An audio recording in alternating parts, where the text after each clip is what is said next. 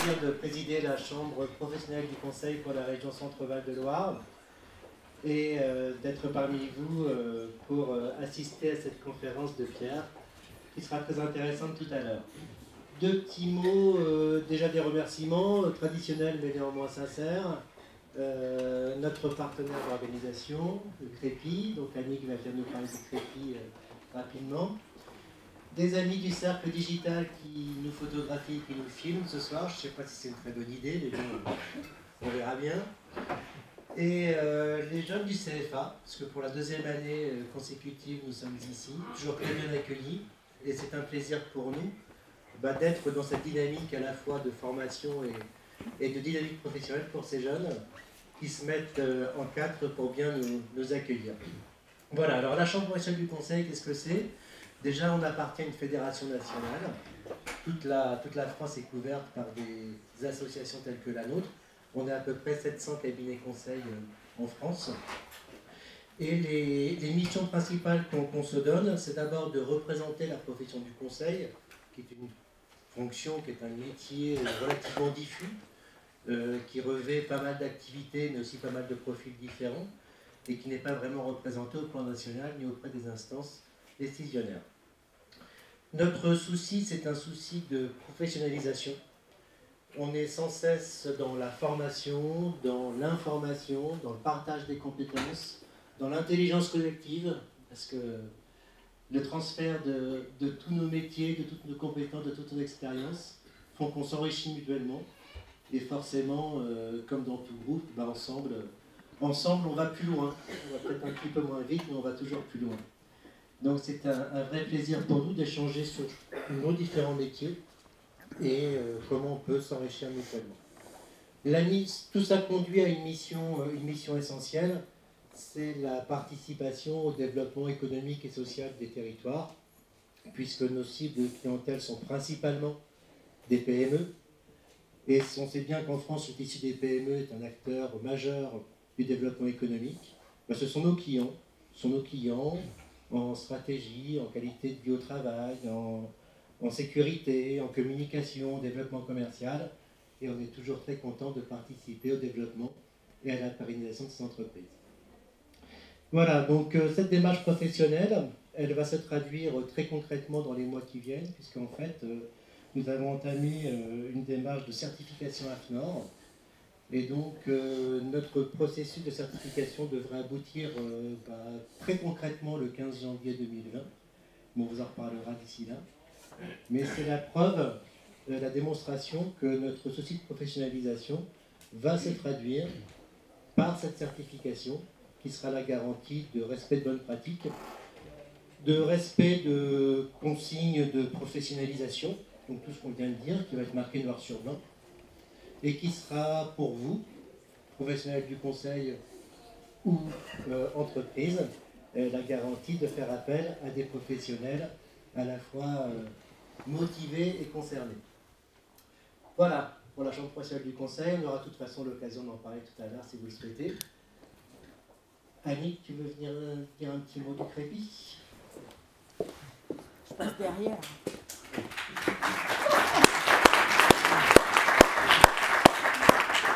Attendez, je n'ai pas encore parlé, à part pour vous parler du cache-caille, c'est à peu près tout.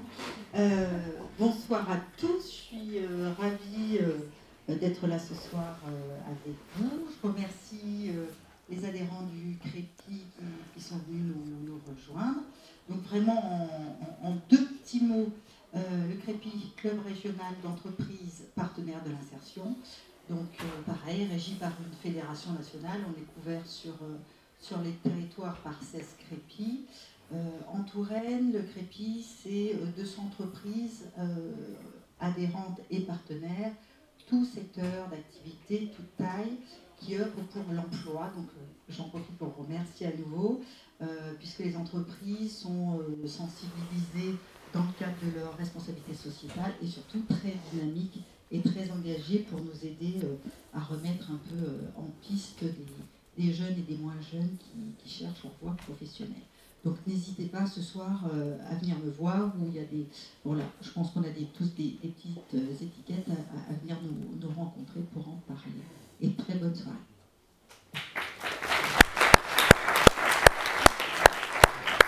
Et maintenant, nos hôtes qui vont se présenter. Mesdames, Messieurs, bonsoir. Bonsoir. Nous sommes du coup la classe de BTS qui vous accueille parmi notre établissement. Donc notre établissement qui est le CFA de Tours Alternance, qui a été créé en 1868 par Madame Amélie Tonley en l'honneur de son fils. Donc notre établissement comporte du coup plusieurs filières professionnelles qui vont du niveau 3, 4 et 5. Donc il y a carrosserie, peinture automobile, CAP restauration, cuisine et commercialisation en service. Vous avez BTS, donc podcast, qui est option A et option B, option service et option cuisine. Après il y a les ascensoristes, le secteur de la vente. Donc voilà, donc nous sommes du coup très heureux que vous reveniez parmi nous dans notre établissement et on vous souhaite une bonne soirée et un bon appétit parmi nous. Voilà.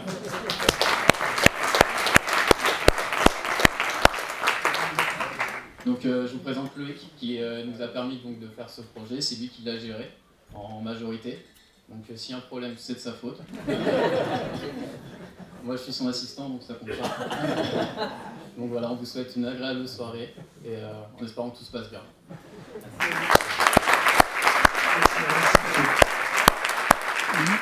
Bien, et maintenant c'est donc Pierre qui va prendre la parole. Alors Pierre, c'est un peu un ovni, hein. C'est pour ça qu'on l'a fait venir.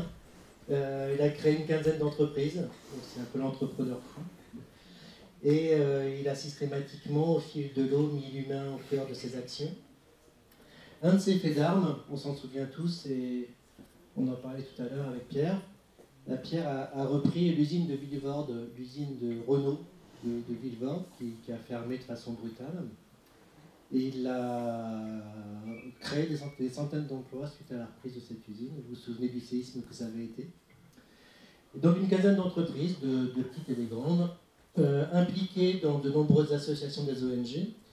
Et puis maintenant, qu'il a un peu plus de temps peut-être, il consacre son temps à ce qui est sa passion, donc l'homme, son cerveau, les sciences neurocognitives, et qu'est-ce qu'on peut faire avec tout ce potentiel qu'on a dans nos petits boîtes crâniennes. Pierre, je te laisse la parole. Merci.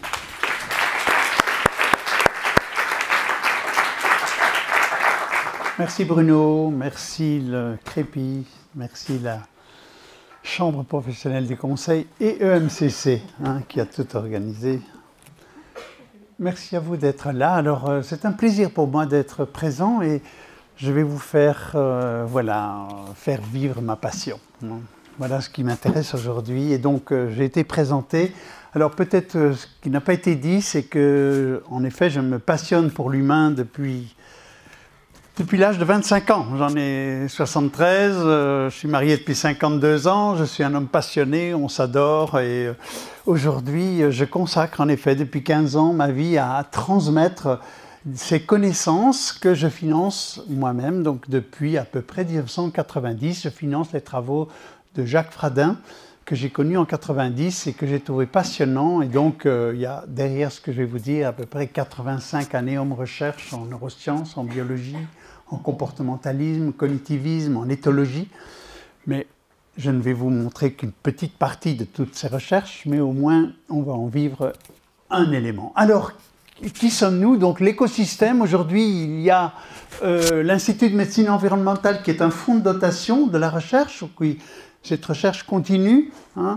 Et à côté de ça, moi je dirige plutôt l'Institut de neurocognitivisme et les associations qui sont à côté. L'Institut de neurocognitivisme est une association sans but lucratif, pour la simple raison que ce qui a été découvert, je considère que ça fait partie du patrimoine de l'humanité, donc je ne vais pas en faire un business pour vendre et revendre, mais au contraire, en faire profiter aussi bien les entreprises que les personnes. Donc nous avons une académie où nous formons des centaines de personnes par an. Ça peut être des managers, des coachs, des psychologues, des formateurs, des consultants, des RH se forment à ça pour en peu de temps découvrir comment nous fonctionnons avec plein d'outils.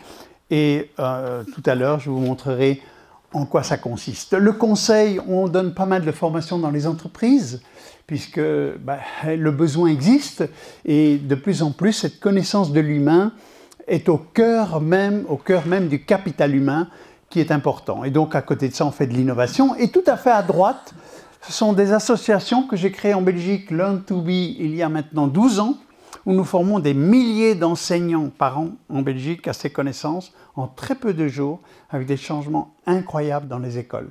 Incroyables parce que les enseignants sont aujourd'hui devant un public totalement différent d'il y a 50 ans et on ne leur apprend pas à comprendre comment fonctionne l'humain, la source des comportements humains. Et donc on les forme à cela pour qu'ils puissent gérer leur classe et en même temps faire un transfert intelligent de connaissances, de savoir pour découvrir, en fait, pour que les enfants découvrent leur propre façon de fonctionner. Et la même chose en France depuis 3 ans, savoir-être à l'école, où on commence à être reconnu dans plusieurs académies, où on est appelé pour faire des centaines de journées de formation. Voilà un peu l'univers dans lequel je suis. Je donne moi-même à peu près 130 conférences par an dans les entreprises, dans des cercles comme les vôtres, et tout ça pour sensibiliser les gens à la connaissance de soi. L'approche a reçu un nom, c'est l'approche neurocognitive et comportementale. Peut-être que certains d'entre vous connaissent les TCC, les thérapies comportementales et cognitives. Là, on est dans la 4e vague des TCC, les thérapies neurocognitives et comportementales. Ne vous inquiétez pas, je ne vais pas utiliser des mots qu'un enfant de 15 ans ne comprendrait pas. Donc, ça va être beaucoup plus pratique, beaucoup plus application concrète, transdisciplinarité. Nous vivons dans un monde VUCA. Je ne sais pas si ce mot vous dit quelque chose, VUCA. Le monde est volatile, incertain, complexe et de plus en plus ambigu. Et la complexité, rien que la complexité. Il faut savoir que les connaissances mondiales aujourd'hui se multiplient par 2 tous les 7 ans. Donc imaginez la vie de vos petits-enfants et vos arrière-petits-enfants. Parce que 2 fois 2 fois 2 fois 2, c'est dans 28 ans. Ça fait 16 fois plus complexe qu'aujourd'hui. Donc ça va à une vitesse considérable. Sommes-nous outillés pour aborder un monde qui change aussi vite? Et la réponse est oui et non. Non si on ne change pas, non si on reste avec nos habitudes, qu'on n'accepte pas le changement, et oui dans la mesure où on fait travailler son cerveau de façon intelligente pour en fait produire un monde intelligent, où il y a de la justice sociale, il y a de la compréhension de l'humain, où il y a un développement de l'humain. Et on va voir comment y arriver. Alors, la complexité entraîne 2 autres grands paradigmes dans nos sociétés, dans nos entreprises. Le premier, c'est la notion d'interdépendance. Plus le monde est complexe, plus on a besoin des autres. On n'a plus la science infuse dans tous les domaines. Donc, on doit pouvoir travailler en intelligence collective, en co-construction, en compétition. Et donc, c'est un changement de rapport à l'humain. C'est un changement de rapport par rapport à notre vie antérieure, où malheureusement encore dans les études, dans les universités, on est plutôt dans la compétition pour essayer d'avoir une place qu'un autre n'aura pas. C'est ce changement de paradigme qu'il faut apporter aujourd'hui pour que l'humain sache travailler ensemble. Et pour travailler ensemble, ce n'est pas simple. Il faut d'abord savoir se connaître avec ses limites, avec ses capacités, et apprendre que l'autre est différent. Et donc, ça nécessite une adaptabilité de notre cerveau, qu'on va voir, et ça nécessite une passion de l'humain, de comprendre l'humain. Or, on n'est pas trop formé là-dessus, c'est pour ça que je vais vous en dire un mot. 3e grand paradigme, très important aujourd'hui, c'est... Ah oui, alors, pour revenir sur le travail ensemble, ça c'est par exemple une équation que tous les ouvriers ou tous les employés, surtout les ouvriers dans mes dépôts, parce que j'avais quand même jusqu'à 600 personnes dans mon entreprise. On travaillait en 3-8, en logistique, etc. Et ils avaient dans leur dos E égale Q fois A. Et l'efficience d'une décision dépend forcément de la qualité. Et la qualité, on est tous capables d'avoir de la qualité. Parce qu'il suffit de réfléchir pour avoir une bonne idée, pour mettre sur pied quelque chose. Par contre, on oublie souvent l'adhésion. 100% de qualité, avec une non-adhésion, ça ne produit rien. Et c'est un industriel belge qui m'a appris ça il y a bien 35 ans. C'était un propriétaire d'une très grande une entreprise de 400 personnes à peu près, où il faisait découper la viande. Donc il fournissait la viande à tous les grands distributeurs de Belgique. Et un jour, en 82, on a parlé du sida. Et là, il a paniqué, parce qu'il s'est dit, si un de mes ouvriers a le sida, qui le transmet par le sang, etc. À l'époque, on ne savait pas trop comment ça se transmettait. Il paniquait. Et il s'est dit, mais moi, je peux fermer mon usine si un jour, il y a contamination. Et alors, il a rassemblé son comité de direction. Ils ont décidé, en très peu de temps, d'offrir, en fait, quoi? Des gants à chacun. L'obligation de mettre des gants. Il a réuni les 250 travailleurs qui étaient sur les chaînes. Et il leur a dit, écoutez, voilà le sida avec un médecin pour expliquer, etc. Jusqu'au moment où il leur a dit, eh bien, écoutez, maintenant, pour éviter toute catastrophe, vous sortez tous et vous prenez 10 paires de gants chacun et vous mettez des gants à partir d'aujourd'hui. Ce que tout le monde a fait. Sauf que 15 jours après, il s'est promené dans l'usine et il s'est rendu compte qu'il n'y avait plus que 15% des gens qui mettaient les gants. Ah, ça colle, le changement, etc., etc. Et donc là, il a repaniqué. Il a appelé ses contremaîtres. Il leur a dit, écoutez, il y a un vrai problème. Il n'y a personne qui met les gants, ou très peu. Revenez dans 8 jours avec des solutions, peu importe lesquelles, je les adopterai. Et 8 jours après, les contremaîtres sont arrivés très fiers avec une solution. Et j'ai dit, écoutez, on a discuté avec tout le monde, et tout le monde est d'accord pour mettre des gants. Et donc, tout le monde a mis des gants. Donc, il y a eu adhésion à partir de la base. Je travaille beaucoup sur le bottom-up parce que les gens sont intelligents. Les ouvriers, les employés, ils ont une intelligence, le tout est de la révéler. Alors qu'on a beaucoup travaillé en pyramidal, il faut aujourd'hui travailler dans l'autre sens, en subsidiarité. Donc, troisième élément, c'est l'individuation. Et on le voit aujourd'hui, ce mot ou l'individualisation, c'est le contraire de l'individualisme. Aujourd'hui, et on le voit chez les jeunes, on le voit, de plus en plus, on va dans une entreprise, si ça ne donne pas du sens, on change. On va chercher du sens, il faut trouver du sens dans ce qu'on fait. Autrefois, ce n'était pas le cas, on était bien content d'avoir un boulot et jusqu'à la fin de son existence, on était dans la même entreprise. Non, aujourd'hui, les jeunes cherchent du sens, du plaisir, de savoir à quoi ça va servir, etc. Et c'est pour ça qu'il y a tant de start-up et tant mieux, ça fait bouger le monde. Mais l'individuation, c'est un besoin fondamental de l'humain pour se définir. Et on va rentrer directement dans le cerveau, puisque c'est le thème de ce soir, comment fonctionne-t-il? Vous avez là une coupe du cerveau, l'avant et l'arrière, ok? Un cerveau d'enfant, c'est grosso modo 350 grammes. 1 kg vers l'âge de 1 an et demi, 2 ans, et 1,4 kg chez nous. 1400 grammes, dans lesquels nous avons quoi? À peu près 100 milliards de neurones. 100 milliards de neurones dans 1,4 kg. Et en plus, chaque neurone est relié en moyenne à 10 000 autres neurones. Donc nous avons 1 million de milliards de connexions dans 1,4 kg. C'est extraordinaire, en fait, c'est une création hyper complexe, probablement la plus complexe de l'univers, on ne sait pas, mais aujourd'hui on peut voir ce qui s'y passe et c'est ça qui est passionnant. Et donc depuis 30 ans, nous travaillons là-dessus, non pas sur le plan médical, mais sur le plan comportemental. Qu'est-ce qui explique nos décisions, nos bugs, nos erreurs, mais en même temps notre créativité, notre innovation. Et ce faisant, il faut savoir que le cerveau prend grosso modo 5 à 6 000 décisions par jour. Ces études américaines qui ont été faites là-dessus, ça veut dire quoi des décisions? C'est des prises de décision face à des situations. Vous vous arrêtez tous au feu rouge. Vous redémarrez au feu vert, vous en avez pris 2 de façon très automatique.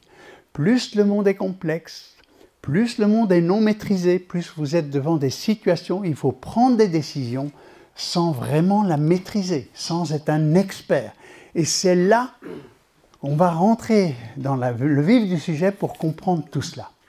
Alors en 5 minutes, juste pour comprendre comment fonctionnent ces décisions, elles se prennent à travers 4 gouvernances. C'est comme si dans le cerveau, nous avions 4 pilotes qui prennent chacun, l'un après l'autre, des décisions en fonction de la situation.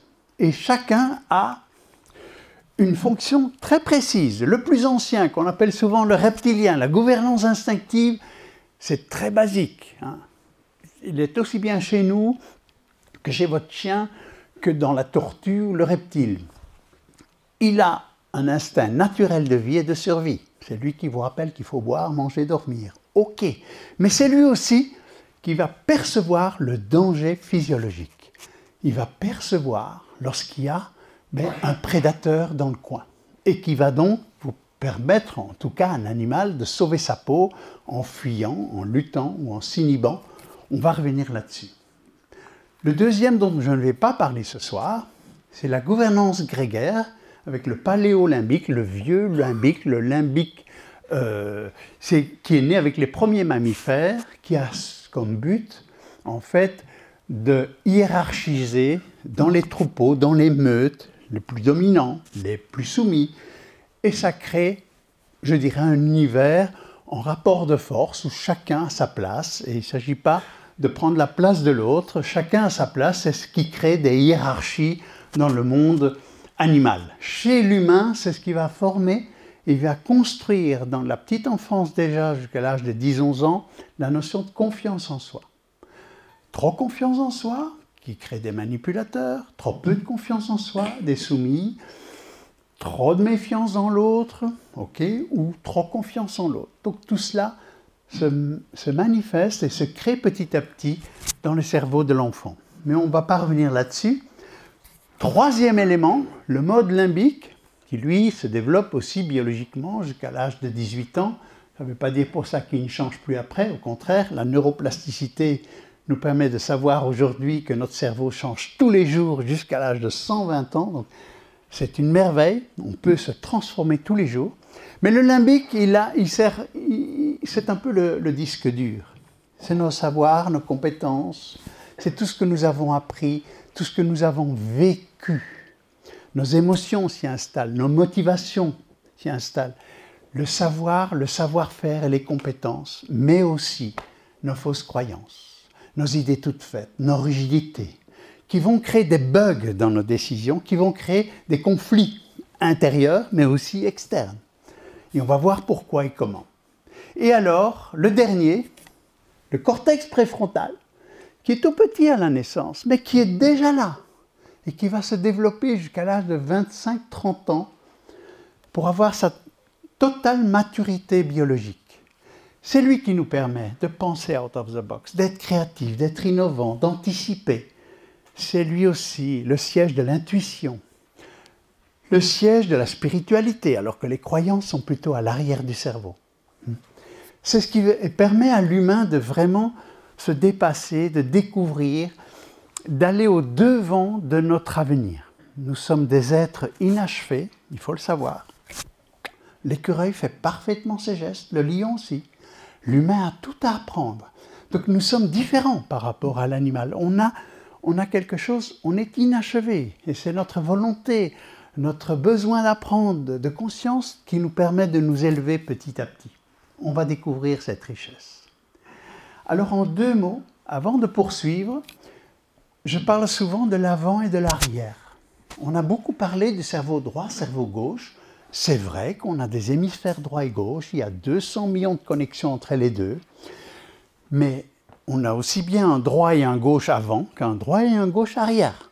Donc aujourd'hui, la grande différence de la façon de montrer, c'est que l'arrière, c'est notre côté créature.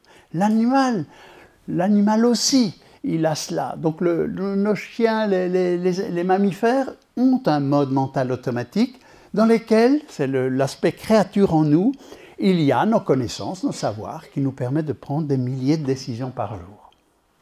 Mais l'avant que nous avons à développer depuis la petite enfance, il est plutôt créateur, adaptatif.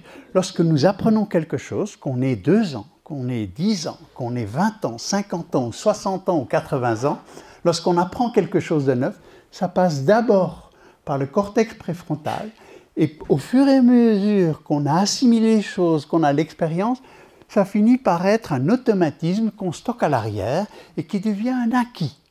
C'est pour ça que je vais vous parler tout à l'heure d'intelligence acquise à l'arrière et d'intelligence adaptative à l'avant. Ils sont complémentaires, ce n'est pas l'un ou l'autre, c'est les deux à la fois. Et donc, ce qui est intéressant, c'est de savoir que tous les jours, nous utilisons aussi bien l'arrière que l'avant, des milliers de fois, et que parfois, on reste un peu à l'arrière et on ne passe pas à l'avant alors que c'est nécessaire. On va faire 3 petits exercices amusants, vous allez voir. On va faire après des exercices un peu plus profonds pour vous montrer que ce n'est pas évident de faire une bascule, de changer d'état. Alors, vous allez tous ensemble, on va voir, vont s'afficher des mots dans des couleurs différentes, ok? Je vais vous demander très rapidement de nommer les couleurs. Donc les mots n'ont aucune importance, ok? On nomme les couleurs et on y va tous ensemble, oui! Rouge, bleu, vert.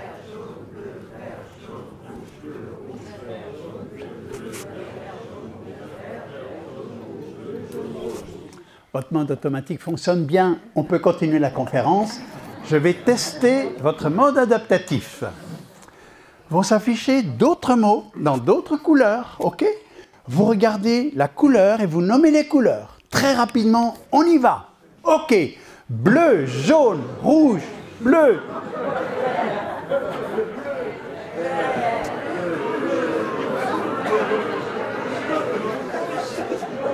Jaune.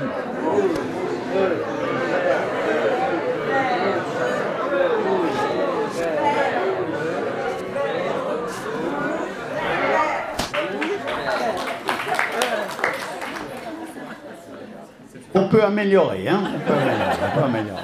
Vous auriez été des enfants de 4 ans qui ne savent pas lire, ils auraient été aussi vite ici que tout à l'heure. Okay? Donc ça montre que plus on en sait, plus on a des biais cognitifs. Il faut se rendre compte de ça. Donc on a des automatismes et s'adapter. Vous avez peut-être pu remarquer qu'au fur et à mesure, ça devenait plus simple parce qu'il y a une adaptation qui se fait. OK? Deuxième exercice, vous vous taisez tous pendant 15 secondes et vous cherchez la réponse. Sur quel numéro de place de parking est garée la voiture? Il y a un numéro en dessous de cette voiture. Devinez lequel. On se tait. On se tait. On se tait. 5 secondes. OK. OK. Qui a trouvé? Lève la main. Ouais. Donnez le chiffre. Non, c'est 87. Voilà.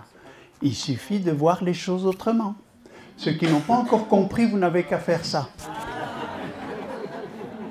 OK. D'accord. 87. L'erreur cognitive que nous faisons, c'est on cherche un algorithme, on essaye de comprendre mathématiquement. Il n'y a pas de lien mathématique. C'est changer le regard. Et le troisième exemple, vous pouvez donner la réponse immédiatement, car elle est beaucoup plus simple. Vous êtes avec un enfant de 6 ans, il apprend les mathématiques et il vient chez vous avec 4 opérations mathématiques. Que lui dites-vous? Ben oui, il y a une erreur. La vraie réponse, c'est mon petit chou, tu as 3 bonnes réponses. Ça change totalement ce qui va se passer dans son cerveau. Ok? Tu as 3 bonnes réponses, vous lui donnez confiance. Il va se passionner pour trouver la 4e réponse. Vous lui dites 10 fois, il y a une erreur, il ne va plus aimer les maths. Ok? Et donc, on fait la même chose en entreprise. On fait la même chose en entreprise. Je l'ai vécu pendant des années. On tombe toujours sur les erreurs. Et c'est normal, puisque une erreur dans la nature, si votre reptilien ne le voit pas, vous êtes mort. Donc, notre reptilien a cette capacité de voir toutes les erreurs tout de suite. Le seul problème, c'est de pouvoir faire une bascule. Notre vie n'est pas en danger, là. Au contraire, on peut faire grandir l'enfant en lui disant « tu as 3 bonnes réponses », il va grandir, il va se donner confiance, il va chercher, il va aller plus loin. Et dans l'entreprise, c'est la même chose. C'est de pouvoir, lorsque vous voyez des erreurs, c'est de faire ce qu'on va découvrir tout à l'heure, c'est de commencer à rentrer dans le questionnement ouvrant. Vous allez voir comment on ouvre le préfrontal de l'autre pour lui faire réfléchir autrement. Et ce slide-ci est très important. Alors, je ne l'ai pas dit, mais tout ce que je vous montre, vous l'aurez en PDF. Hein. Donc, ceux qui veulent avoir tout ça en PDF, ils n'ont qu'à soit mettre une petite carte de visite ici, soit, mais tout à l'heure, pour ceux qui... On sera au restaurant tout à l'heure, donc ceux qui ne viennent pas au restaurant l'écrivent ici, les autres le feront là-bas au restaurant, c'est beaucoup plus simple. Vous écrivez votre nom et je vous l'enverrai. Alors, comment fonctionne l'arrière du cerveau? L'arrière du cerveau, c'est notre intelligence acquise, c'est notre mode mental automatique, c'est notre zone de confort qui gère tous les jours des milliers de situations qu'on connaît et qu'on maîtrise. Fantastique. C'est efficace, c'est rapide, il ne faut même plus réfléchir, on a les solutions en nous. Le mode automatique fonctionne suivant 6 dimensions qui lui sont très précises. Il fonctionne très rapidement parce qu'il a des routines et des habitudes. Okay? S'arrêter au feu rouge, c'est une habitude, c'est une routine. Je ne vous demande plus de réfléchir, quoi. Okay? Il est plutôt persévérant, c'est-à-dire rigide. C'est comme ça et c'est pas autrement. Hein? Vous êtes dans de la fabrication, il y a intérêt à mettre les bons composants à la bonne dimension. Vous êtes dans la pharmacie, on ne fait pas n'importe quel mélange, donc on doit être très rigoureux, c'est la persévérance. Il est du type simplificateur. Ça veut dire qu'en fait, c'est bien, c'est pas bien, c'est rouge ou vert, c'est noir ou blanc. C'est la notion du jugement qu'on utilise tous les jours pour prendre des décisions rapides.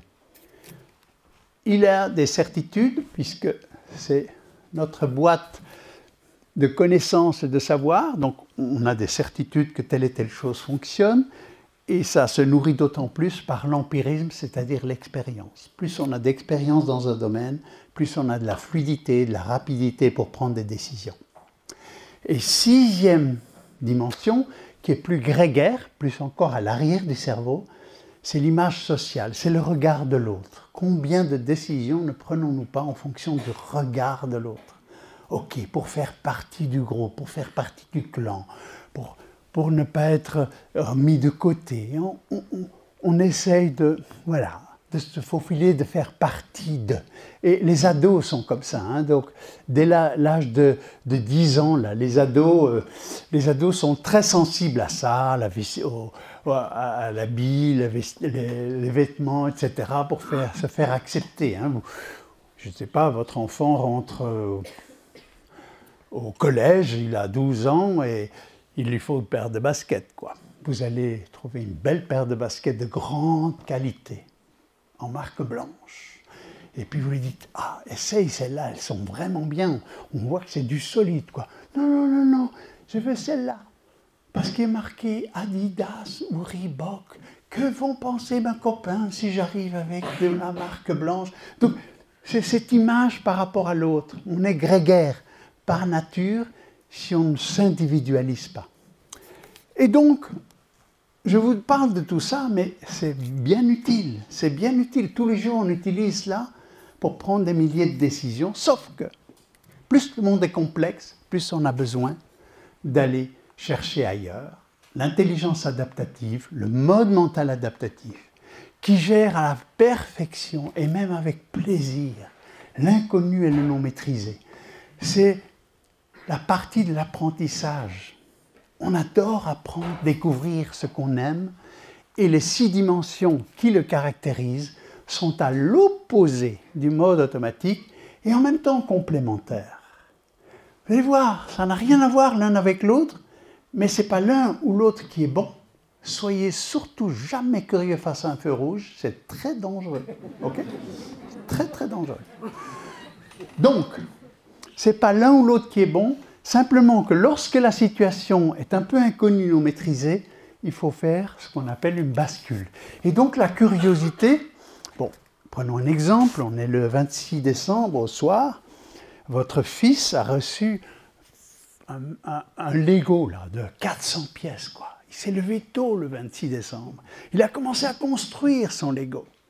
Mais arrive le soir et il lui reste 80 pièces, quoi. Et vous lui dites, on va dormir maintenant. Et là, il vous dit, mais pourquoi la nuit? Ok. Il a envie de continuer.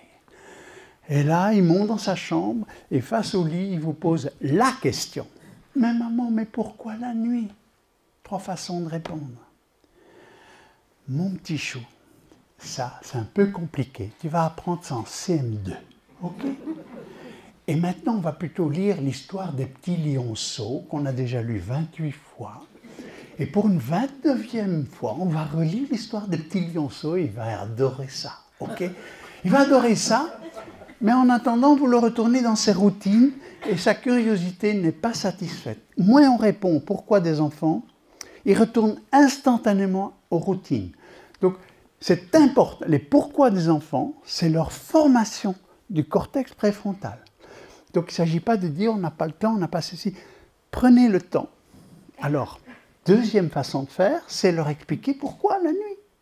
Vous prenez son ballon et vous lui dites ça c'est le soleil et ça c'est la terre. Vous prenez un objet, ok, et vous lui expliquez la rotation de la terre en 24 heures. Ok. Il lui faut 5 secondes pour piger que quand il est là, c'est le jour et quand il est là-bas, c'est la nuit.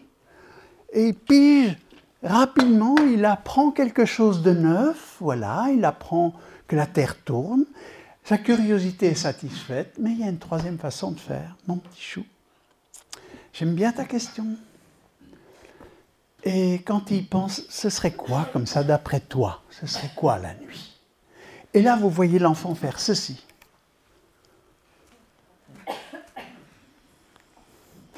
Oh oui, je sais. Oui, oui, oui. Le soleil, il est fatigué, il va faire dodo. Et c'est la lune qui le remplace. Où est-ce qu'il est allé chercher ça? Où est-ce qu'il est allé chercher ça? Eh bien, pendant 5 secondes, vous avez allumé son imaginaire, sa créativité, son innovation.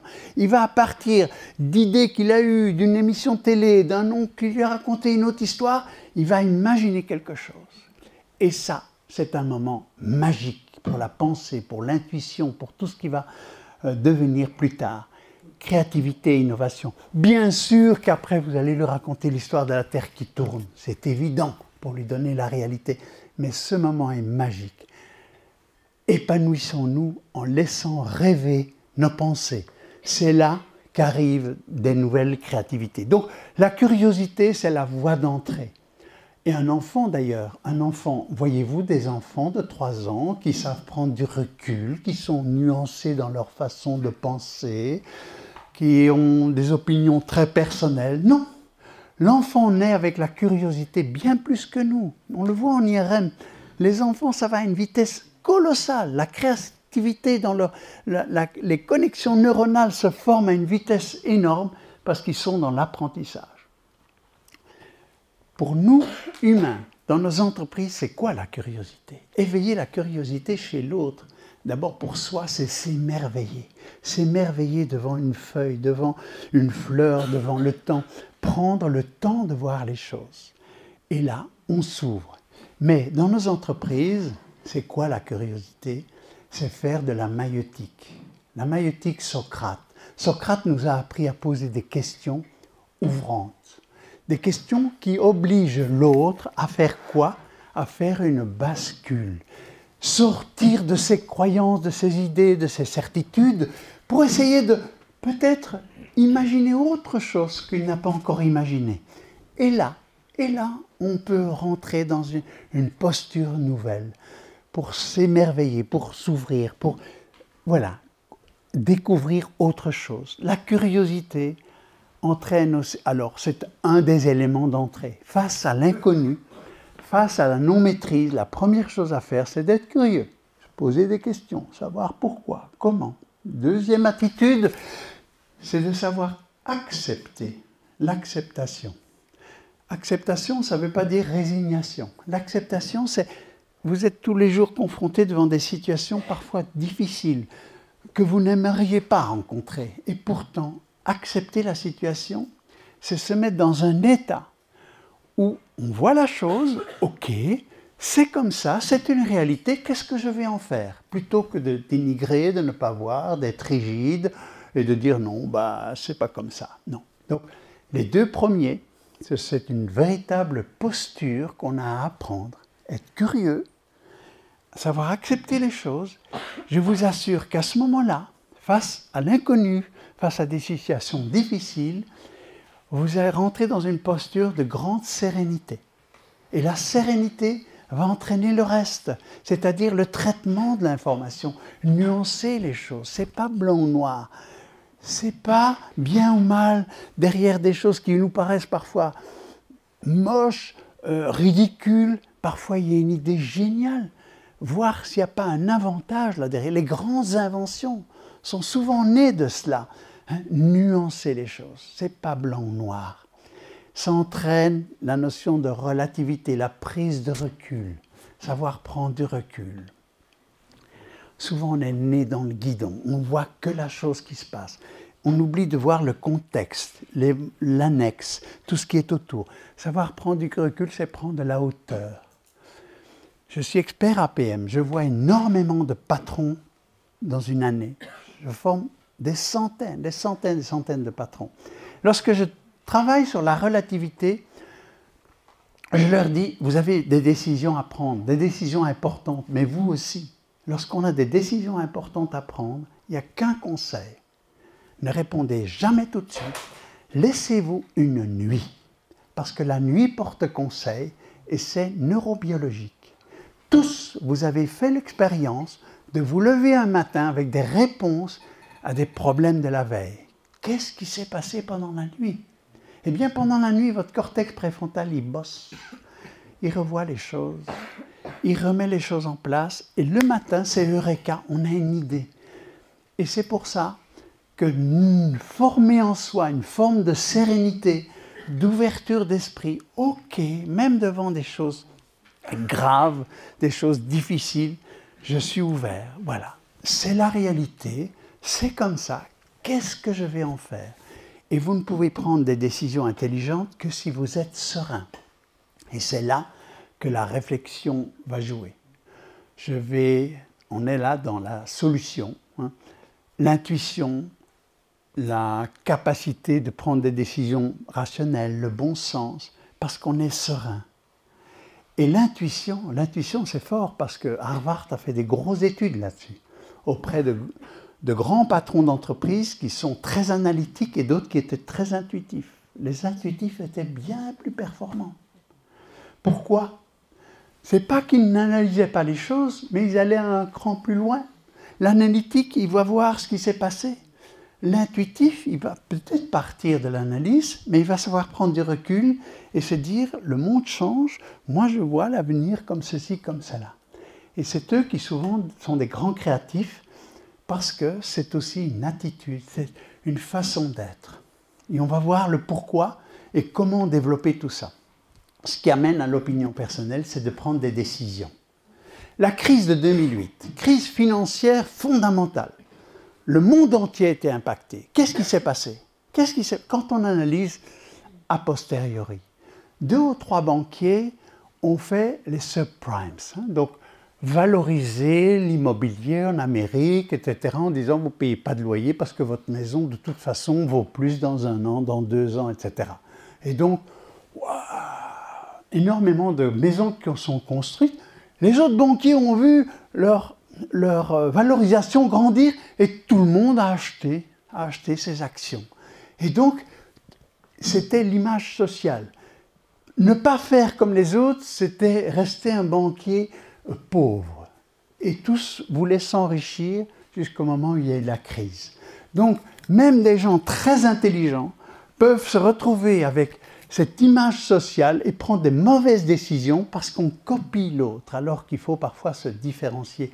Donc, c'est important de faire la différence entre les deux. Au début, je vous ai dit que le monde est de plus en plus complexe. OK. Quand le monde est complexe et que vous voulez résoudre de la complexité avec des routines et des habitudes, il se passe quelque chose dans votre front, c'est que l'arrière du cerveau va s'affoler. Puisqu'il n'a pas la réponse face à la complexité, il va essayer de tourner en boucle pour trouver une solution, il va s'affoler, et c'est là que le stress apparaît. OK? Vous allez comprendre beaucoup de choses sur le stress parce que c'est très important. Alors que face à la complexité, si vous êtes curieux, tiens, c'est nouveau, qu'est-ce qui se passe? Ça va nous apaiser. Ok. La même chose pour la et c'est ce qui va créer de la sérénité.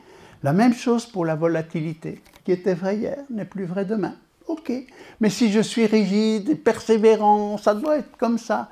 Il va s'affoler le stress. Alors que j'accepte le changement, eh bien, ça m'apaise. Ça me met dans un autre état d'esprit. L'ambiguïté, simplification, nuance, incertitude, certitude. Chaque fois qu'on veut rester là face à un monde qui change, on va stresser. Et il y a de plus en plus de stress dans le monde, justement, précisément parce que voilà, le changement, on n'aime pas trop, quoi. Alors qu'on est confronté à ça tous les jours. Ce qui veut dire que nos pensées, l'empirisme, les pensées, je me base sur mon expérience, non, là je me base sur mon intuition, sur ma réflexion. Je prends des décisions, soit comme tout le monde, je fais le mouton, soit je prends des décisions personnelles et je les assume, qui permettent des actions du type positif ou négatif. Et maintenant, je vais vous montrer à quoi sert. Voilà. Quel bénéfice peut-on tirer du développement de son cortex préfrontal? Nous avons développé à peu près 120 exercices pour permettre ces bascules.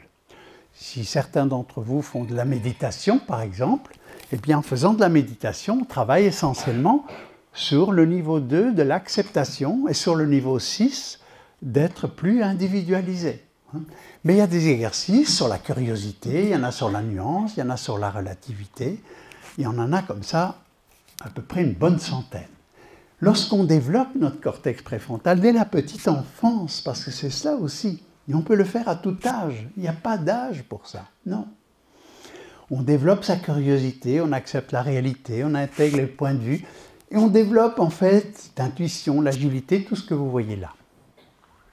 Et maintenant, je vais vous faire un exercice qui va vous permettre d'avoir un outil à partir d'aujourd'hui pour faire des bascules naturelles. Je vais vous demander à chacun de penser à une situation assez courante, récurrente, que ce soit avec vos enfants, avec vos collaborateurs, votre conjoint, peu importe. Pensez à une situation qui régulièrement dans votre vie soit vous énerve, soit vous angoisse ou vous fait peur, soit vous démotive. Pensez à une situation. Ça peut être l'obligation d'aller chez sa belle-mère tous les dimanches pour manger. Ok, mais je préfère faire du sport. Ça peut être le chien qui fait pipi dans le salon. Ça peut être un collaborateur qui est lent. Ok, un autre qui arrive toujours en retard. Peu importe, pensez à une situation qui régulièrement soit vous énerve, quoi, ça vous agace, quoi. Ça vous fait peur, vous angoisse, soit vous démotive. Pensez à une situation, essayez de mettre l'émotion qu'il y a derrière, parce que je vais vous poser encore 3 questions.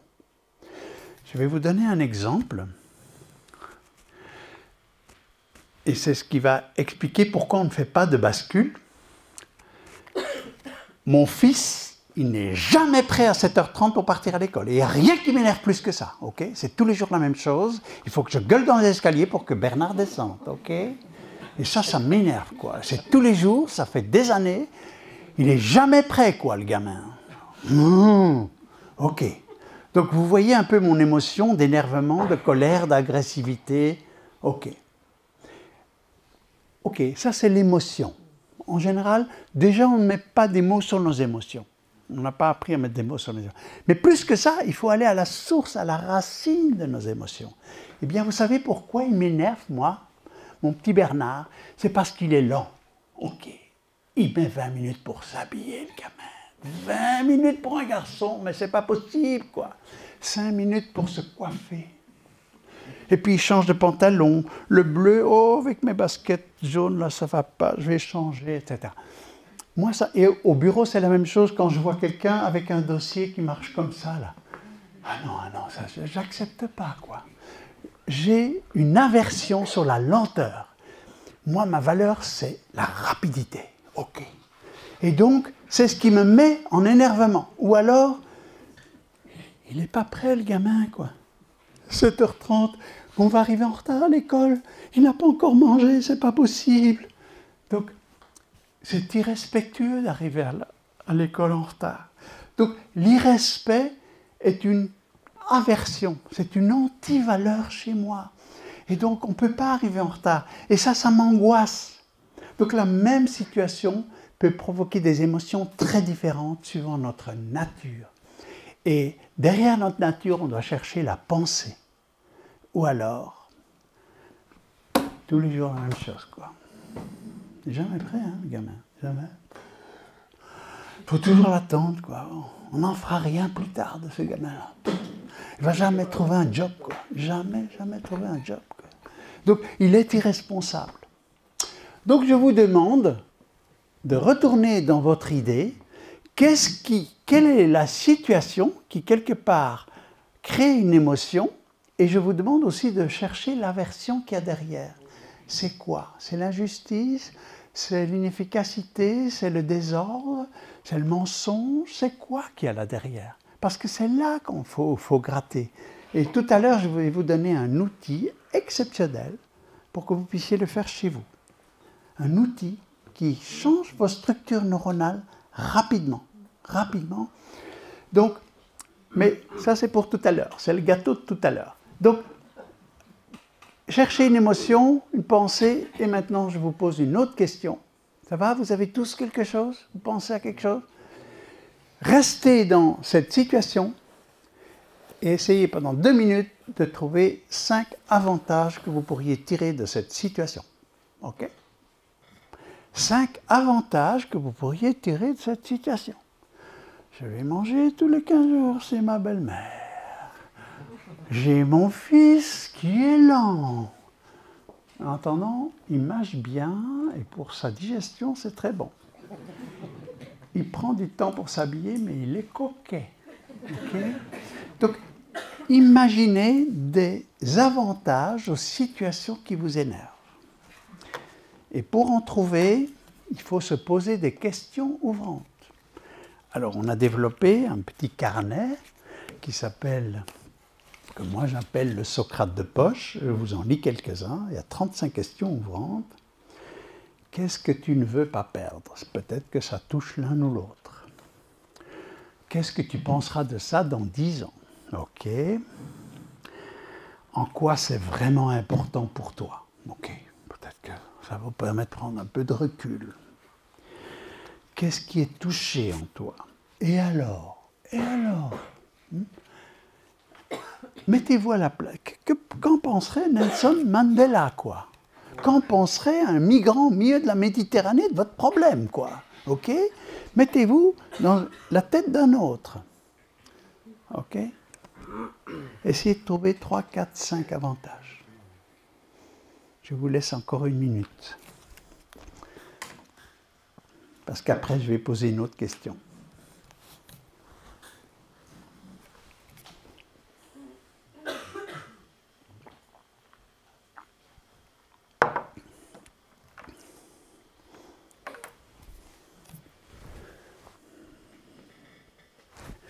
Les avantages peuvent être saugrenus, ce n'est pas un problème.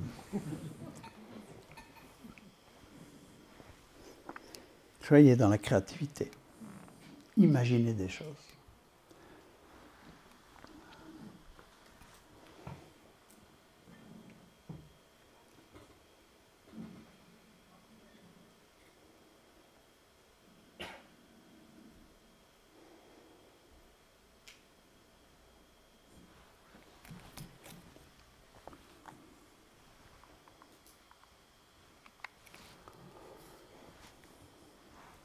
OK. Vous ferez le reste chez vous. Ceux qui en ont trouvé au moins un avantage, on lève le bras. Comme ça, j'ai une vision. Au moins un. Oui, c'est pas mal. Vous gardez le bras levé si vous en avez 2, 3, 4, 5. OK. Plus que 5. OK. Bon, OK. Alors, je vous pose la question maintenant, ceux qui en ont trouvé 1, 2, 3, 4, 5. Je vous repose la question simplement. Repensez à la chose. Vous êtes de nouveau dedans. Comment vous vous sentez maintenant? Comme ça. Comment vous vous sentez? Oui? Apaiser, oui. Dans l'acceptation. Dans l'acceptation. Relativisant. Relativiser. Donc vous voyez, l'un est dans l'acceptation, l'autre dans la relativité. Donc chacun a aussi des leviers plus performants que d'autres. Voilà. Pourquoi pas? Alors, peut-être que certains se sentent moins bien. Ça peut arriver, ce n'est pas un problème. C'est parce qu'ils cherchent une solution. Ce n'est pas ce que je vous ai demandé. Je vous ai demandé de regarder les choses autrement. Et donc, ce n'est pas la solution qui compte, c'est le regard. La solution, elle vient après. Et c'est un grand problème de nos sociétés. On cherche toujours la solution, alors qu'il faut d'abord changer de regard sur la chose. La solution vient après. Donc, important, et vous allez voir. Donc, si demain, après-demain, vous éprouvez à un certain moment de l'angoisse, de l'énervement, arrêtez-vous une minute. Tiens, quel est l'avantage? Ce collaborateur, il marche lentement. Quel est l'avantage? Peut-être qu'il est en train de penser à quelque chose d'inouï, ok? Qui va changer la société. Non, mais c'est pour... Alors, c'est peut-être pas vrai, mais c'est vous qui changez de regard, et c'est là que vous allez savoir gérer la situation. Je vais vous dire une chose, c'est lorsque nous stressons, c'est la situation qui vous gère. Lorsque vous êtes serein, c'est vous qui gérez la situation. Ce n'est pas du tout la même chose, ok? Et on va voir pourquoi. On va voir pourquoi. Donc, on en revient à cela. C'est quoi le stress? En 2 mots, parce qu'on en parle beaucoup. Peu de gens savent l'expliquer de façon simple. Le stress, il y a 2 types de stress. Le premier stress, c'est le stress physiologique. Il est naturel en chaque créature. Chez le reptile, chez l'animal et chez nous, ça sert à quoi ce stress-là? C'est que lorsqu'on est devant une situation qui est dangereuse pour notre intégrité physique, il est normal que nous fuyions, nous luttions, ou nous nous inhibions, c'est-à-dire se cacher pour sauver sa peau. Le danger est physiologique. Heureusement que ce stress est là. On est d'accord que si vous traversez la rue, vous voyez une avenue large et vous voyez une voiture arriver à du 120 à l'heure, c'est pas là que vous passez en préfrontal. Tiens, elle est à 100 mètres, elle fait du 120 à l'heure, donc elle doit être sur moi, vous êtes déjà écrasé, quoi. Ok? Donc là, le reptilien, il est utile, quoi. Donc vraiment, il sert à ça. Mais ce monde-là, il est moins en moins réel puisque on vit quand même dans plus de sécurité que nos ancêtres qui n'osaient pas traverser les bois parce qu'ils se faisaient détrousser par des brigands, etc. Aujourd'hui, par contre, le stress psychosocial, il a pris toute sa place. Le stress psychosocial, c'est quoi? En dehors de l'émotion, du plaisir, de la joie, etc., mais c'est de la gêne, c'est une forme de fuite. Je suis gêné, je suis angoissé, je suis énervé, la lutte ou le découragement. Ces 3 familles d'émotions de stress, il faut arriver à pouvoir les nommer. Dans vos journées, vous passez très souvent en stress et souvent on passe au-dessus sans vouloir mettre des mots dessus. Or, c'est là qu'on peut changer très rapidement de comportement. Tiens, et c'est pas grave de stresser. On s'est énervé, ok, bon, on s'est énervé. Mais mettre de la conscience sur la chose et aller à la racine, on va voir comment, ça permet ensuite de changer nos structures neuronales. Et vous allez voir comment. Donc, 3 familles d'émotions. Alors, c'est un exercice que je fais souvent, mais là, on va le faire très très vite. Je le fais par 4 ou 5 personnes à la fois. Donc, on prend un exemple. Donc, il y a 4 familles d'émotions. Le calme, la fuite, la lutte et l'inhibition. Nous sommes en réunion et Jean-Bernard commence à couper les cheveux en 4. OK. Sur le sujet. OK. Comment est-ce que je me sens? Alors, on peut imaginer, voilà, ça me rend irritable. OK, donc je suis plutôt dans la lutte. Cela me désole, me décourage. Je suis dans l'inhibition. Cela m'intéresse, me questionne. Tiens, je suis dans le calme. Ou alors ça me rend anxieux. Et alors, la pensée, parce que lorsqu'on a des émotions, il y a toujours une pensée qui est liée à un comportement qui est lié. Alors, c'est un exemple. Je vais prendre le temps de l'écouter. Vous me sentez dans quelle émotion? Le calme. Ben oui. Ok. Aïe, aïe, aïe, on n'arrivera jamais dans les temps. Je suis dans l'angoisse, ok? Je suis dans la fuite. Je n'arriverai jamais à travailler avec un gars comme lui, quoi. Je suis déjà dans l'inhibition. Comme je pourrais dire, je n'arriverai jamais à travailler avec un gars comme ça, je suis dans la lutte, ok? C'est pas la même chose. Comme si on n'en a rien d'autre à faire, qu'il aille se faire foutre, quoi, celui-là. Je suis dans la lutte, ok? Encore une affaire qui va nous passer sous le nez. Là, je suis dans l'angoisse, quoi. Encore lui, ok. Je suis inhibé. Donc, et les comportements, je me tais, j'attends la fin de son discours interminable. Là, je suis dans l'inhibition, quoi. Ok.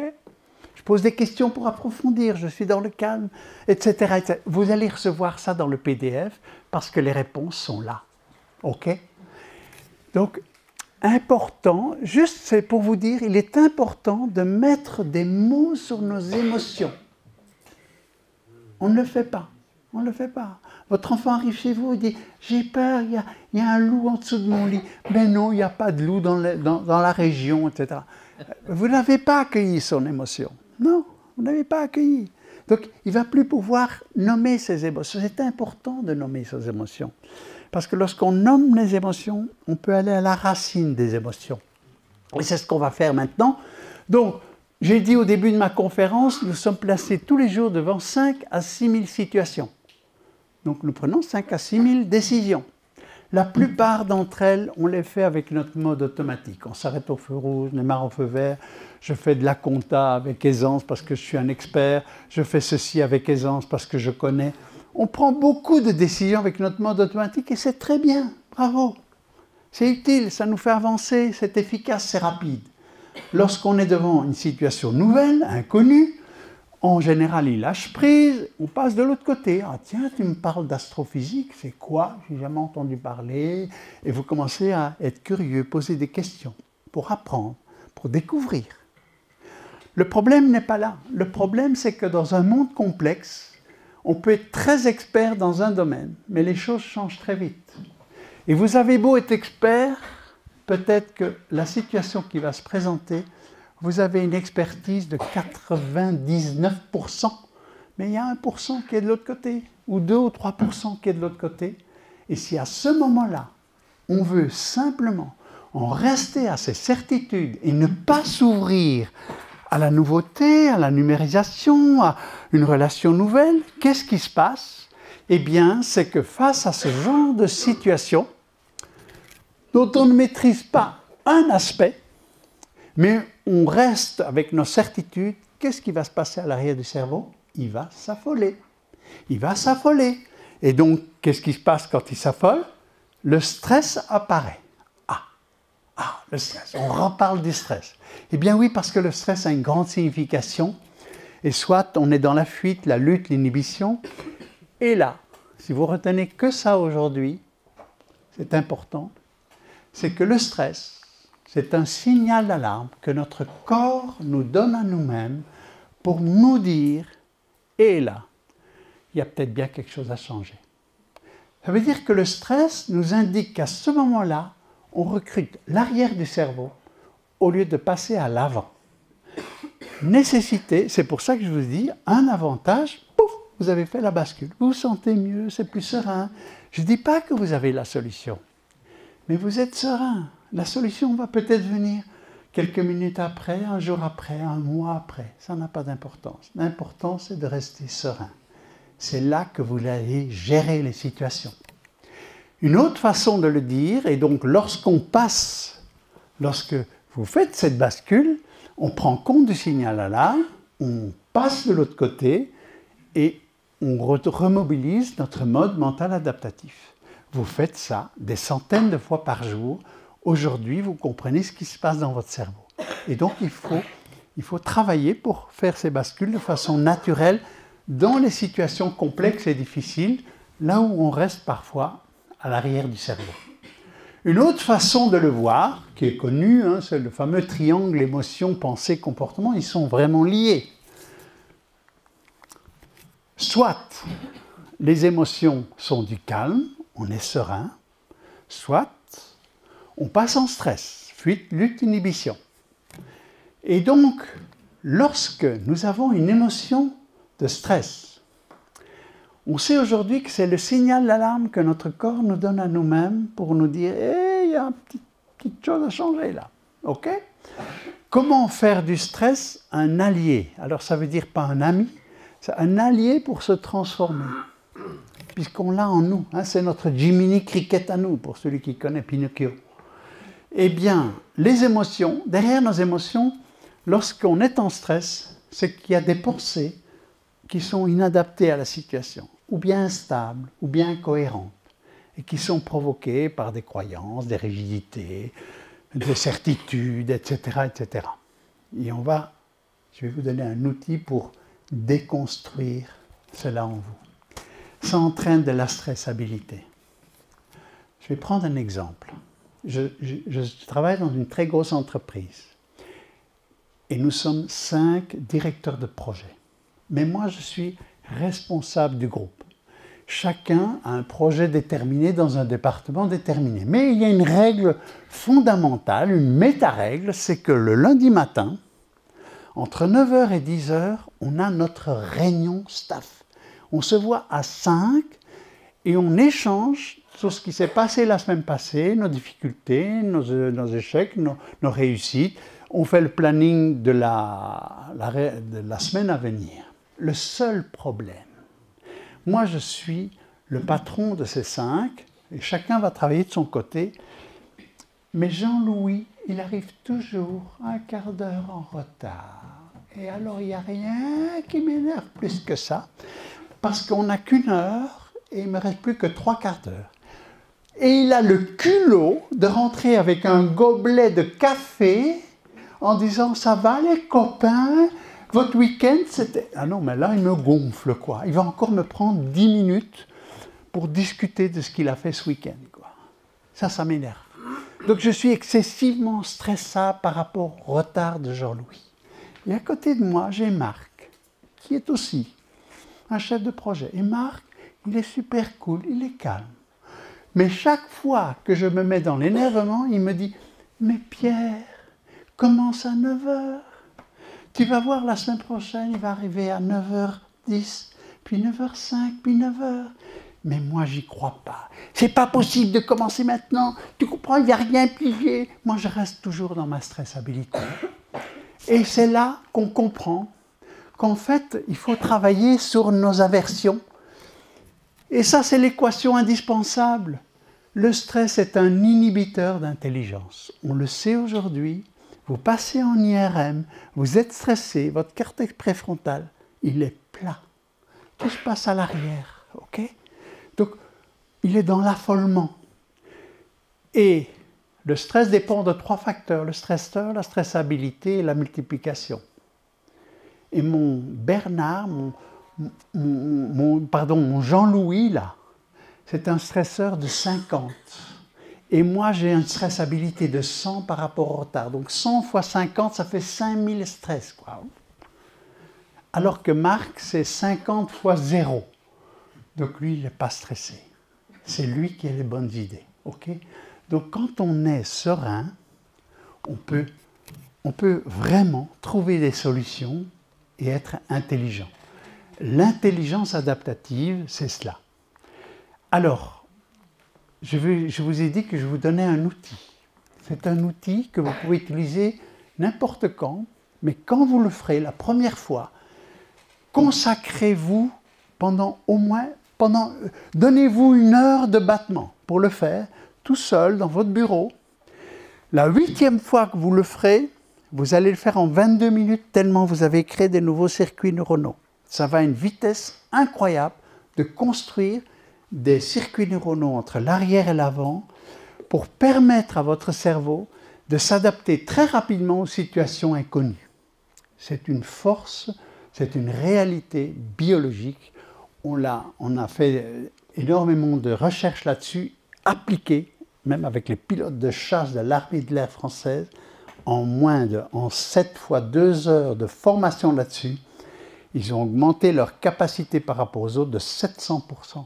C'est énorme. et c'est durable pour la vie entière. Donc, c'est un espoir énorme pour l'humanité si enfin, à partir de la petite enfance, de nous-mêmes, à n'importe quel âge, on commence à faire ce travail. Et ce n'est pas ardu, c'est simple. Je vais vous donner un outil. Alors, vous avez peut-être... alors, ce qui est peut-être... On a tous des valeurs, hein, on a tous des valeurs. Ça donne du sens à la vie. Ce n'est pas tellement là-dessus que je vais insister. Il faut surtout voir c'est quoi mes aversions. C'est quoi qui provoque chez moi du stress. Ok. Ça peut être le mensonge. Chaque fois que je vois du mensonge, ça m'énerve. L'échec. J'aime pas l'échec. Et pourtant, j'adore la réussite. J'ai peu de chances de réussir si j'ai peur de l'échec. Hein. Je ne vais jamais prendre de risques. Okay? Si j'adore le respect, que j'ai horreur de l'irrespect, je suis sûr d'être l'homme le plus irrespectueux possible lorsqu'il y a de l'irrespect devant moi. Je vais engueuler la personne, je vais me fâcher sur elle et je vais devenir ce que je n'aime pas. Eh oui, on est ce qu'on n'aime pas. Alors là, c'est un coup dur. Okay? Un coup dur, mais je vais vous dire comment on peut se guérir. Je vais vous parler de mon expérience à moi. En 1993, donc 3 ans après avoir connu Jacques Fradin, je commençais à connaître tout ça, petit à petit, hein, tout n'est pas sorti en une nuit comme ça. Un jour, je venais de construire un très très grand bâtiment à Strépy-Bracny dans le Hainaut belge, 48 000 m², 56 000 palettes, 30 quais de chargement. On travaillait en 3-8. Et on livrait du mobilier de bureau sur toute l'Europe, de Moscou jusqu'à Dublin, auprès de 2500 revendeurs. Donc ça tournait, hein, ça tournait.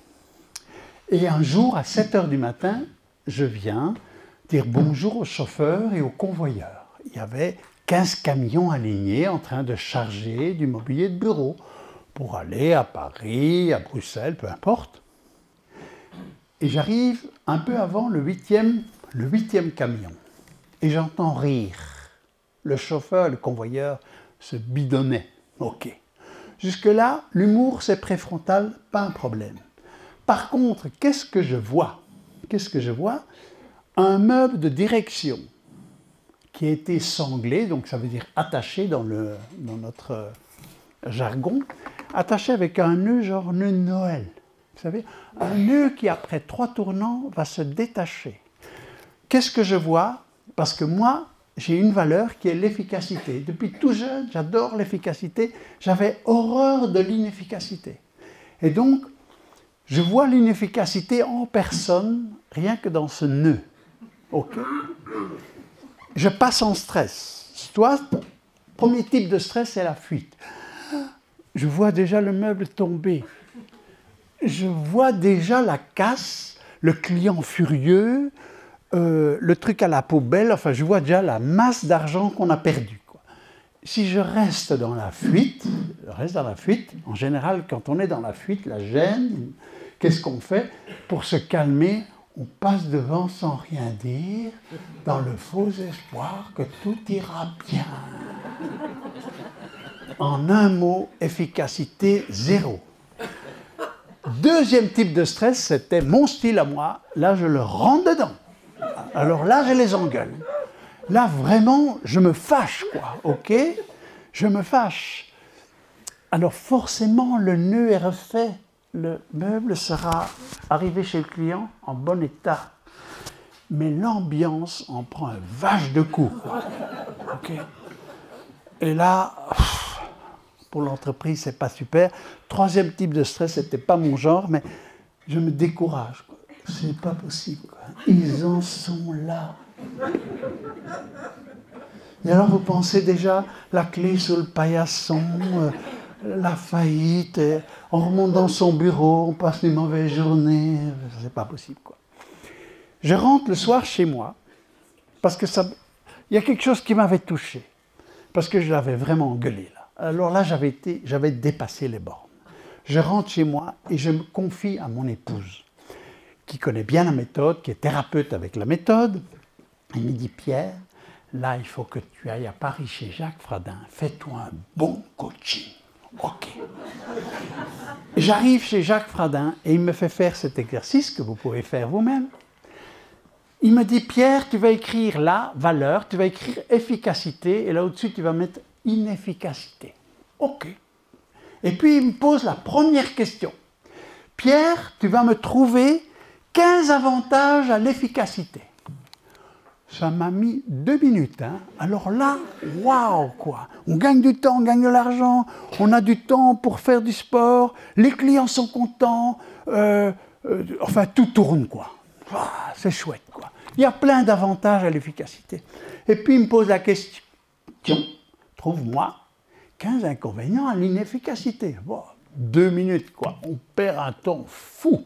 Il faut dire 10 fois la même chose. Les clients ne sont pas contents, etc., etc., etc.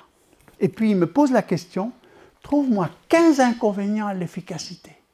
Je lui ai dit, il n'y en a pas. Il n'y en a pas. Non, parce que l'efficacité, c'est efficace. Et alors, il m'a dit, Pierre, je te laisse le temps, trouve-moi 15 inconvénients à l'efficacité. Wow. 5 minutes, le blanc mental, quoi. Qu'est-ce qu'il me pose comme question? Et puis il m'a aidé, je vous aide tout de suite. Il m'a dit, Pierre, tu tournes dans ta soupe. Ce qu'il faut faire maintenant, c'est imaginer les inconvénients de l'efficacité poussée à son comble. Waouh, à son comble. Et là, je vois tout de suite le drame, quoi. J'imagine un personnage qui n'est que efficacité. Je vois aucune humilité, quoi. Un personnage odieux, quoi. Un type qui, lorsqu'il vous voit faire quelque chose, tire-toi de là, je fais ça plus vite que toi, etc. Et donc, j'imagine des scènes où l'efficacité poussée à son comble, c'est dramatique. Le type est tellement sûr de lui qu'un jour, il va se planter sur un mur, quoi. Il ne va pas voir les détails, etc., etc. Et donc, je remplis 20 minutes. Waouh! Et puis il me dit, trouve-moi 15 avantages à l'inefficacité. Waouh! Oui, 20 minutes. Ben, avantage. On peut peut-être aller à la cause des causes des causes. On peut apprendre des nouvelles choses, etc., etc., etc. Et après 50 minutes, il m'a dit, qu'est-ce que tu as appris? Et là, j'ai été assez humble, j'ai dit, je me rends compte que l'homme le plus inefficace dans mon entreprise par rapport à l'inefficacité des autres, c'était moi. J'étais nul pour gérer l'inefficacité des autres parce que je passais en stress, je m'énervais, je les engueulais, ou alors je ne voulais pas trop voir, etc. Donc c'était nul. Et alors il m'a dit, est-ce que tu veux te guérir? J'ai dit, je suis venu pour cela. Ok. Et alors, il m'a donné le conseil suivant. Pierre, tu vas retourner dans ton entreprise, demain, après-demain, comme tu veux. Tu vas un jour ne pas monter dans ton bureau, ne prendre aucun papier, ne prendre aucun stylo. Tu vas te promener dans l'entreprise avec la sérénité que tu viens de te construire. Ok. Donc, je suis allé un jour et j'ai fait le tour de mon entreprise avec la sérénité. J'ai vu plein d'horreurs, mais alors tout plein. La seule différence entre avant et maintenant, j'étais serein et chaque fois que je voyais quelque chose qui n'allait pas, j'avais la banane, j'étais heureux. Ah, ça ne va pas. Et c'est là que je deviens efficace. Parce qu'alors, je vais m'asseoir à côté des gens. Tiens, c'est comme ça que tu fais, on t'a appris ça quoi? Et puis, vous posez des questions ouvrantes, je fais de la maïeutique. Et je me rends compte que le gars, il n'a peut-être pas le bon outil. Il n'a peut-être pas été formé pour. Il suit une vieille procédure d'il y a 2 ans qui a été changée il y a 1 an, il n'a pas été mis au courant. Ou alors il n'est pas vraiment motivé par son boulot. Et je les fais parler et c'est là que je fais du bottom-up. C'est là qu'eux viennent avec des solutions. C'est là qu'ils disent « Mais oui, j'ai commandé un truc au service d'achat il y a 6 mois, j'ai jamais rien reçu. Ouais, si on peut... Et en très peu de temps, j'ai fait ça 1 jour par semaine pendant 3 mois. Tellement c'était extraordinaire. Je vivais des journées passionnantes en ne faisant rien, si ce n'est qu'en posant des questions.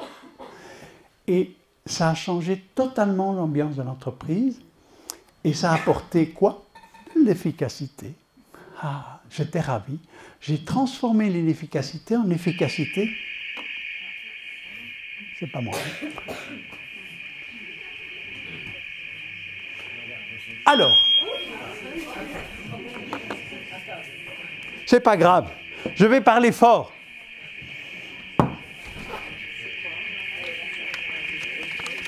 On est indésirable. Bon, alors, pour donner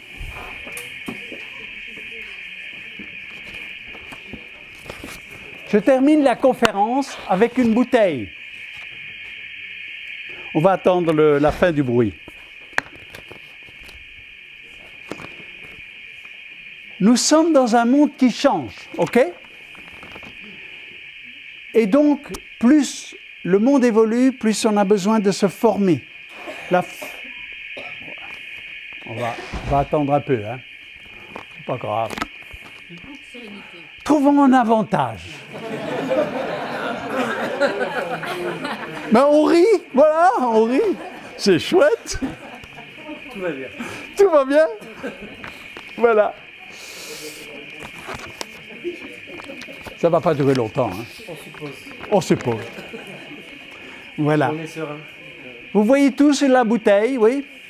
La bouteille, c'est un contenant. Et ce qu'il y a dedans, c'est du contenu. On est d'accord? Le contenu, c'est l'arrière de notre cerveau. C'est nos savoirs, nos connaissances, nos compétences. C'est du dur, ok? C'est des choses qu'on a emmagasinées et qui nous servent des milliers de fois par jour. L'avant du cerveau, le cortex préfrontal, il ne stocke rien. Il sert uniquement à aller chercher, puiser à gauche et à droite des éléments pour construire des solutions. Tout le temps. Il est là que pour ça. Il réfléchit, il pense, il remet ensemble des éléments et il donne des réponses. Donc, dans un monde qui change beaucoup, le contenu, on doit régulièrement le renforcer, apporter des nouvelles choses et enlever des anciennes connaissances inutiles. OK? Et le contenant, c'est l'état d'esprit dans lequel on est pour apprendre. Si on est ouvert, on a une attitude d'ouverture, c'est ce que j'appelle les métacompétences. En haut, vous avez les hard skills, en bas, vous avez les soft skills, ok? Qui facilitent ou parfois gênent l'apprentissage et la connaissance. Qu'est-ce qui est important dans tout ce que je vous ai dit? C'est lorsque nous sommes devant des situations où dans notre contenu, l'arrière du cerveau, on a des rigidités, des croyances, des idées toutes faites sur les choses et qui se présentent quelque chose qui soit nous énerve, nous agace ou nous angoisse, ça crée quoi? Ça crée du stress.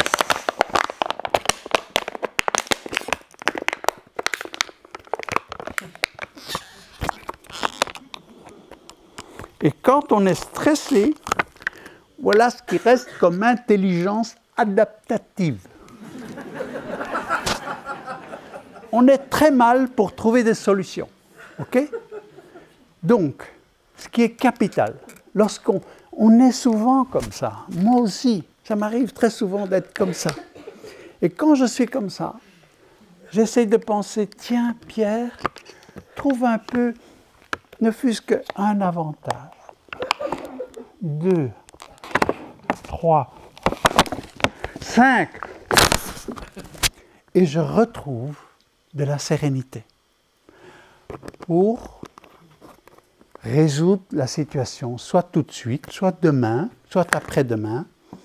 Mais souvent, quand je vois que dans mon contenu, où est-ce qu'il est ma zapette là?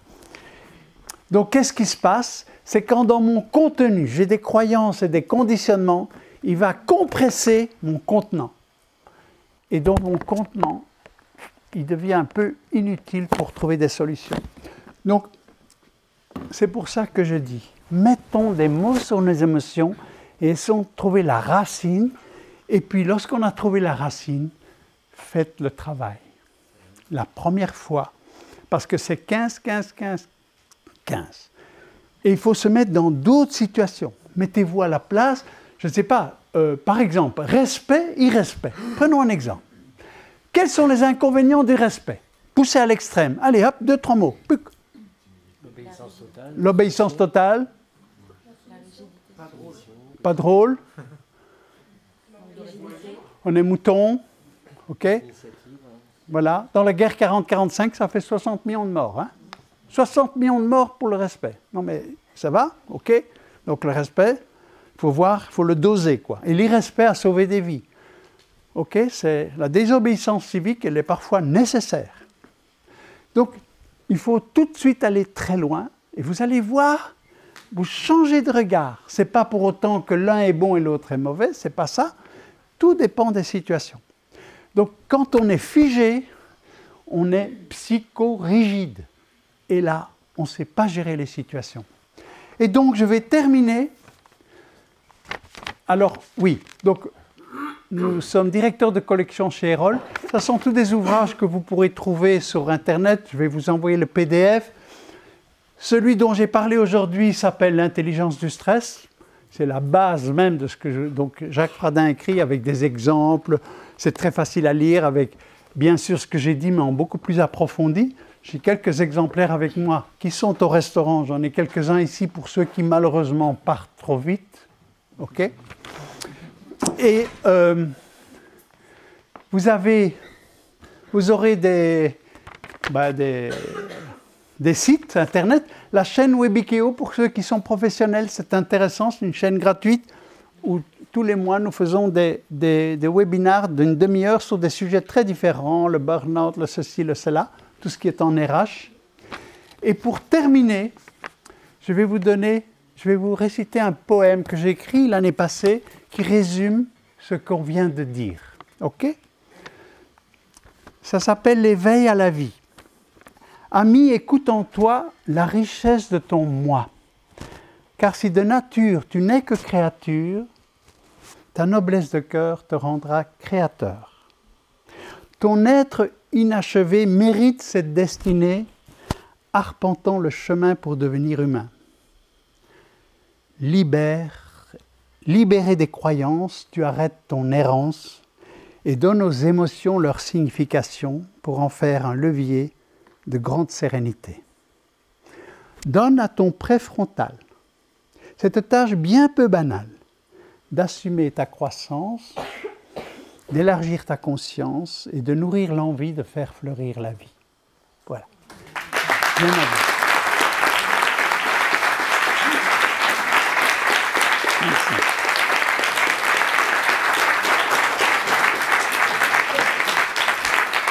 Voilà, dans les temps. Donc ceux qui désirent soit un livre, soit un petit Socrate de poche, soit veulent le PDF, ceux qui dans la salle sont intéressés par une formation de 10 jours sur 6 mois, c'est la plus belle formation qu'on connaisse. Elle est extraordinaire. Il y a quelques personnes dans la salle qui l'ont faite. Ils pourront témoigner. Merci, mesdames. Hein? Voilà. Et donc, il y a encore quelques places. Il y a encore quelques places parce qu'en décembre, on en a fait 2 tellement il y avait de la demande. Et il reste 6 places. Et alors, le cadeau, ceux qui s'inscrivent en décembre, ils ont 10% de réduction. Non, ne dis pas ça. C'est vrai. Oh. Oh. Voilà. Merci. Merci. Bien, bah écoutez, je pense qu'on en a pris plein les neurones. Merci Pierre pour cette intervention aussi intéressante que drôle. Donc on a passé un très bon moment. Compte tenu de l'heure, je vous propose de passer directement en salle de cocktail dînatoire. Ouais. Pierre reste avec nous. Il y aura de toute façon, ce sera l'occasion d'échanger tout au long de cette soirée. Merci et à tout de suite de l'autre côté du parc. Et c'est bon. C'est bon, et ce sera très bien.